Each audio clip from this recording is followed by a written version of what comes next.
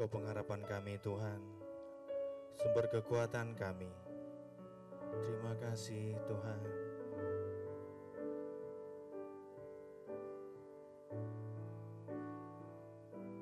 Saat tiada jalan,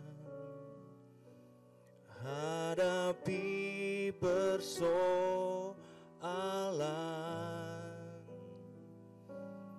Yesus ada di sana dan memberiku jawaban.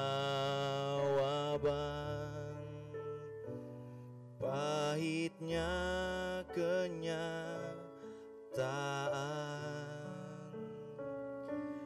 yang tak mampu bertahan,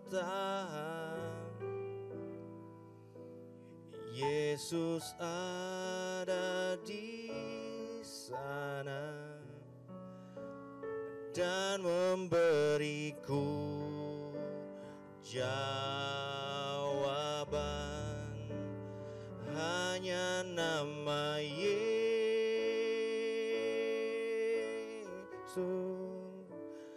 hanya nama Yesus,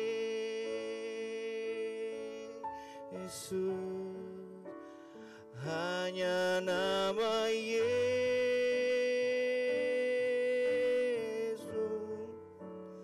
berikan ku pengharapan. Hanya nama Yesus,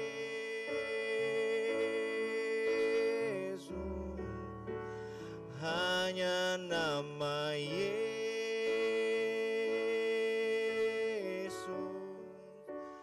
hanya nama Yesus, berikan ku kepastian, berikan ku kepastian,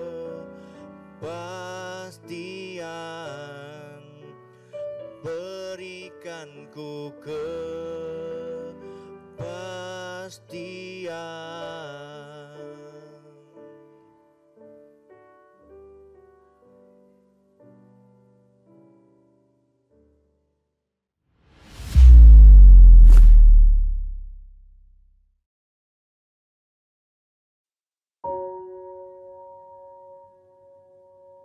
Shalom, puji nama Tuhan. Ketemu lagi kita sermon kali ini. Kita akan membahas satu renungan dengan tema bagaimana sikap ibadah kita menurut kitab Pengkhotbah. Saudara yang dikasihi Tuhan, Pengkhotbah 4 ayat 17 berkata demikian. Jagalah langkahmu kalau engkau berjalan ke rumah Allah, menghampiri untuk mendengar ada lebih baik daripada mempersembahkan korban yang dilakukan oleh orang-orang bodoh, karena mereka tidak tahu bahwa mereka berbuat jahat. Saudara yang dikasihi Tuhan, seringkali kita datang memuji memuliakan Tuhan dengan sikap apa adanya, dengan sikap semraut, dengan sikap seperti yang pada umumnya kita praktekkan. Nah, menurut kitab Pengkhotbah ini, bagaimana sikap kita yang menurut Alkitab ketika kita datang beribadah? Pengkhotbah 4 ayat 17 yang barusan saya baca, kita tahu bersama bahwa mungkin dalam setiap peribadatan kita lakukan, setiap hari Minggu kita datang ibadah dengan pakaian yang resmi, lipat tangan, tutup mata, berdoa, menyanyi, memuji, menyembah Tuhan, atau bertepuk tangan. Itu adalah sikap yang lumrah dalam kita memuji atau beribadah dalam suatu peribadatan. Akan tetapi, saudara yang dikasihi Tuhan, firman Tuhan datang kepada kita, menarik di kitab Pengkhotbah ini bahwa ada satu aturan sikap beribadah justru menggunakan istilah-istilah yang tidak lazim. Saudara yang dikasihi Tuhan, firman Tuhan dalam Pengkhotbah 4 ayat 17 ini berkata, ketika engkau datang beribadah, ketika engkau akan datang memuji memuliakan Tuhan, jagalah langkahmu, menghampiri dan mendengarkan. Mengapa saudara Pengkhotbah itu memakai istilah-istilah ini? Hari ini kita belajar saudara, bagaimana sikap kita beribadah menurut kebenaran Alkitab di dalam kitab Pengkhotbah ini. Pertama, sikap beribadah yang harus kita praktekkan dalam peribadatan zaman sekarang adalah menjaga langkah kaki kita. Mungkin tidak asing kita dengar atau sudah biasa kita dengar. Kata jagalah ini saudara-saudara yang di Alkitab, di dalam perjanjian lama itu diibaratkan sebagai seseorang yang bekerja sebagai penjaga. Saudara, konteks kita di sini zaman penjaga dengan zaman Alkitab perjanjian lama itu sangat berbeda pengertiannya, sangat berbeda maknanya, dan fungsinya sangat berbeda.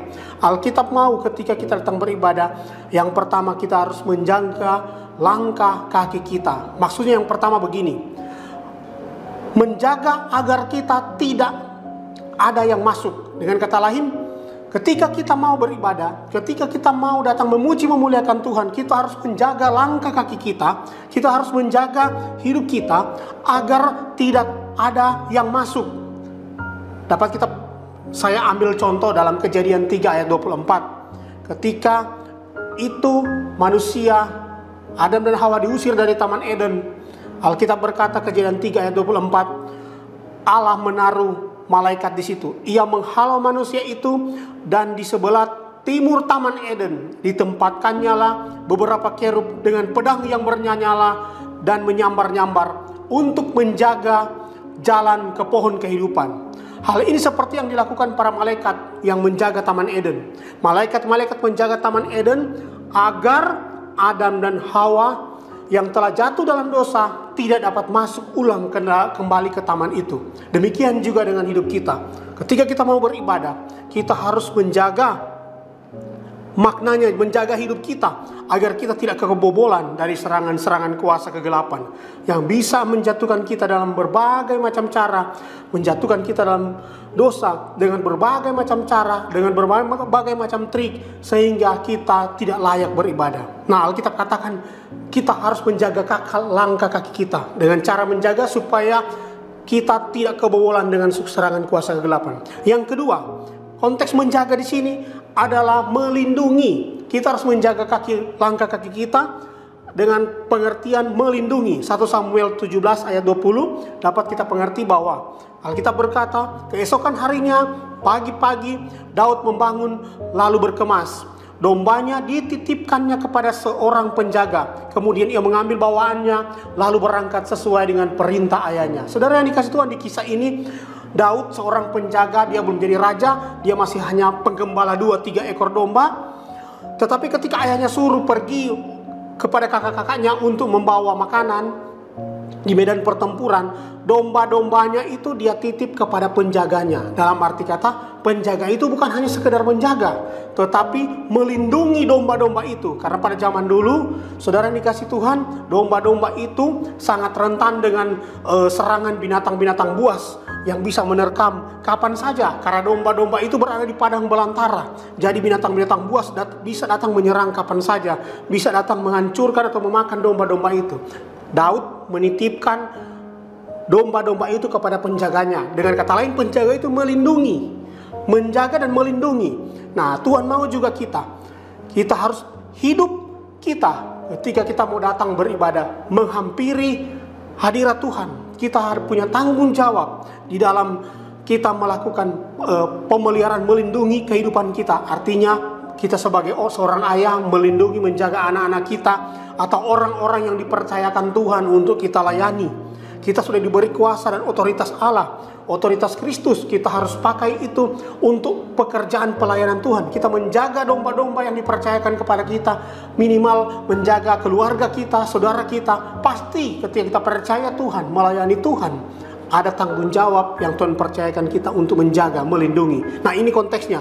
Berbicara ketika kita datang beribadah, memuji, memuliakan Tuhan, sebelumnya kita harus menjaga langkah kaki kita. Salah satu contohnya, kita harus melindungi tanggung jawab kita supaya kita tidak kebobolan. Dalam arti, jagalah yang ketiga ini. Poin yang ketiga, waspadalah atau tidak lengah. Saudara dikasih Tuhan, kita harus waspada, kita harus tidak lengah dalam memelihara langkah kaki kita untuk datang beribadah. Yang dimaksud di sini adalah waspada atau tidak lengah sedikit pun. Saya ambil contoh dalam 1 Samuel 26 ayat 16 berbunyi, tidak baik hal yang kau perbuat itu demi Tuhan yang hidup. kamu ini harus mati karena kamu tidak mengawal Tuhanmu, orang yang diurapi Tuhan itu. Sekarang lihatlah di mana tombak raja dan kendi yang ada di sebelah kepalanya. Di kisah ini berbicara tentang Abner yang adalah pelindung Raja Saul, arti kata panglima, jenderalnya Raja Saul. Dia bisa kebobolan. Dengan kata lain, Daud bisa masuk mengambil tombak Raja Saul, mengambil kendi itu tanpa sepengetahuan jenderalnya. Dengan kata lain, Abner ini kebobolan, dia tidak waspada, dia lengah sehingga Daud bisa masuk. Ini berikan contoh bahwa sikap kita dalam menjaga untuk datang beribadah, menghampiri rumah Tuhan, kita tidak boleh kebobolan, kita tidak boleh lengah sehingga iblis mencuri damai sejahtera. Sama seperti mungkin kita sering alami dalam kehidupan kita. Ketika kita datang mau memuji, memuliakan Tuhan, mau datang persiapan, mau ibadah, mau melayani, ada saja masalah yang terjadi. Seperti saya rasa mungkin kita dalam kehidupan setiap hari ketika kita mau mencari Tuhan, punya niat untuk cari Tuhan, ada saja masalah yang menghalau kita sehingga ada sukacita yang hilang dalam hidup kita. Ada masalah yang bikin kita membuat supaya kita tidak datang beribadah. Nah, saudara dikasih Tuhan, kita kembali ke Pengkhotbah 4 ayat 17. Yang harus kita jaga langkah kaki kita juga di sini menuju kepada menjaga langkah kita sendiri supaya kita tidak terperosok. Arti kata kita menjaga hidup kita dari hal-hal pengaruh yang negatif, apapun bentuknya, kalau kita datang ibadah. Sehingga ketika kita mau beribadah, memuji, memuliakan Tuhan, ibadah yang menurut pengkhotbah ini, ketika kita praktekkan, kita menjaga kekudusan, menjaga pengaruh-pengaruh buruk yang ada di luar sana. Saudara sadar atau tidak sadar, kita sedang dijaga oleh Tuhan. Kita juga dijaga oleh Tuhan karena kita mau menjaga tanggung jawab kita, yaitu kekudusan. Ketika kita mau datang menghampiri Tuhan, ketika kita datang memuji, memuliakan Tuhan, Tuhan akan menjaga hidup kita. Tuhan akan memelihara hidup kita. Tuhan akan memberikan kita sukacita, damai sejahtera, sehingga ibadah kita kepada Tuhan powerful. Kita bisa menjadi berkat dan kita selalu dipulihkan Tuhan karena pergumulan persoalan hidup yang kita alami. Ada jalan keluar karena kita menjaga langkah kaki kita ketika kita datang memuji, memuliakan Tuhan. Saudara dikasih tahu, Alkitab berkata Raja Salomo juga pernah jatuh karena dia tidak menjaga hidupnya, karena sering kebobolan hidupnya, sehingga istri-istrinya itu mencondongkan hatinya berbuat jahat di hadapan Allah. Tapi saat ini menjadi pelajaran buat kita. Jagalah langkah kaki kita ketika kita datang memuji, memuliakan Tuhan. Saya yakin dan percaya kita selalu ada dalam kasih kuasa Tuhan ketika jaga langkah kaki kita datang memuji, memuliakan Tuhan. Amin. Kiranya Tuhan memberkati. Kita berdoa. Terima kasih Tuhan, kami mengucap syukur firman-Mu datang kepada kami untuk kami senantiasa menjaga langkah kaki kita ketika kita datang mau beribadah, ketika kita datang memuji, memuliakan Tuhan dengan perlindungan penyertaan Tuhan yang sempurna. Tugas dan tanggung jawab dari pihak kami Tuhan, kami menjaga langkah kaki kami. Tolong kami ya Roh Kudus, kuatkan kami, mampukan kami agar ketika kami datang beribadah, memuji, memuliakan Tuhan, kami menjadi orang yang powerful secara rohani, powerful di dalam Tuhan. Terima kasih Bapa, terpujilah nama-Mu. Kami mengucap syukur dalam nama Tuhan Yesus. Haleluya. Amin.